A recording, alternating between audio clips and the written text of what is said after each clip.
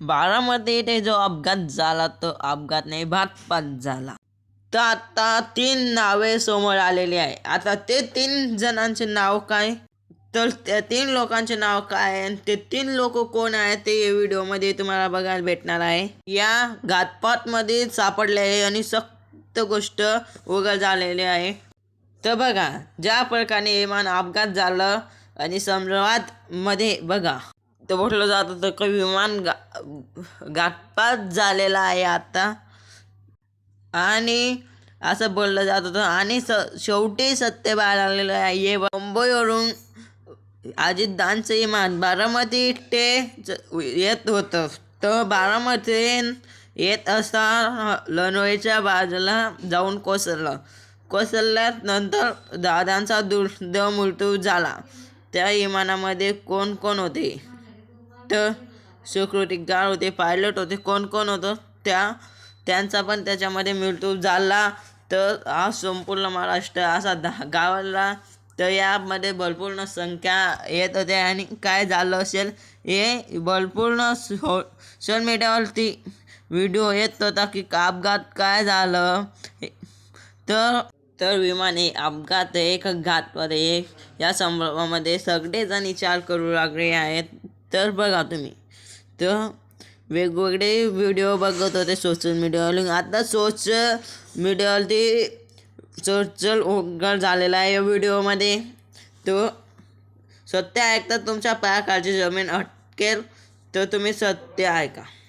तर लोहित सरकारने पत्रकामध्ये भरपूर मुद्दे सोशल मीडियावरती पटवलेले आहेत. तर आणि भरपूर संख्या उपस्थित केल्या आहेत. आणि आता तपास लागला आणि शेवटी सत्य बाहेर आला. तर हे बघा, हा अपघात होता का घातपात होता, तर आमची संख्या आहेत एक घात होता. जी माहिती आमच्याकडे आली ती तुमच्याकडे देत आहे. असं नाही की बऱ्याच राज्यात ती कंपनी काय काम करते, ते कंपनी आमचा सरकार किंवा आमच्या CIDला ॲप्लिकेट नाही. एचआर कंपनीची बंदी यांनी लोहित सरकार यांनी पत्रकात केली. हे जे बोलत आहे यांनी भरपूर संख्या उपस्थित केलेली आहे. लोहित दादा पवार यांनी हे पत्रकात परीक्षेत घेतलेलं आहे. त्यांनी म्हटलेलं आहे की आम्हाला संख्या आहे की आम्हाला किंवा हे अपघात नाही की घातपात येवा. आणि त्यांनी संख्या उपस्थित केलेल्या आहे. 3 जणांचं नाव सांगितलं आहे त्यांनी याच्यात. ते 3 जणांचं नाव काय मी तुम्हाला हे पण सांगतो. तर तुम्ही हा व्हिडिओ पूर्ण बघा आणि चॅनलला लाईक सबस्क्राईब नक्की करा आणि बेल आयकॉनला दाबायला विसरू नका.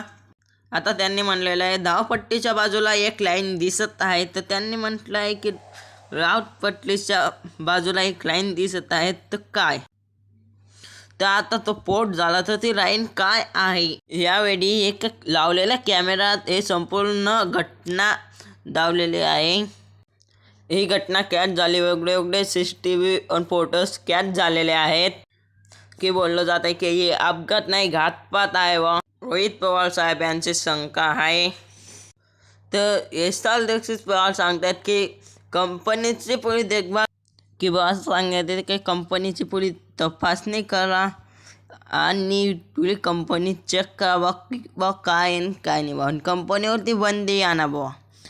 तर तुम्ही लाईक सबस्क्राईब नक्की करा आणि बेल आयकॉनला दाबायला विसरू नका. तर सत्य काय, अजितदादा जिवंत आहेत का, तर बघूया पुढच्या पार्टमध्ये.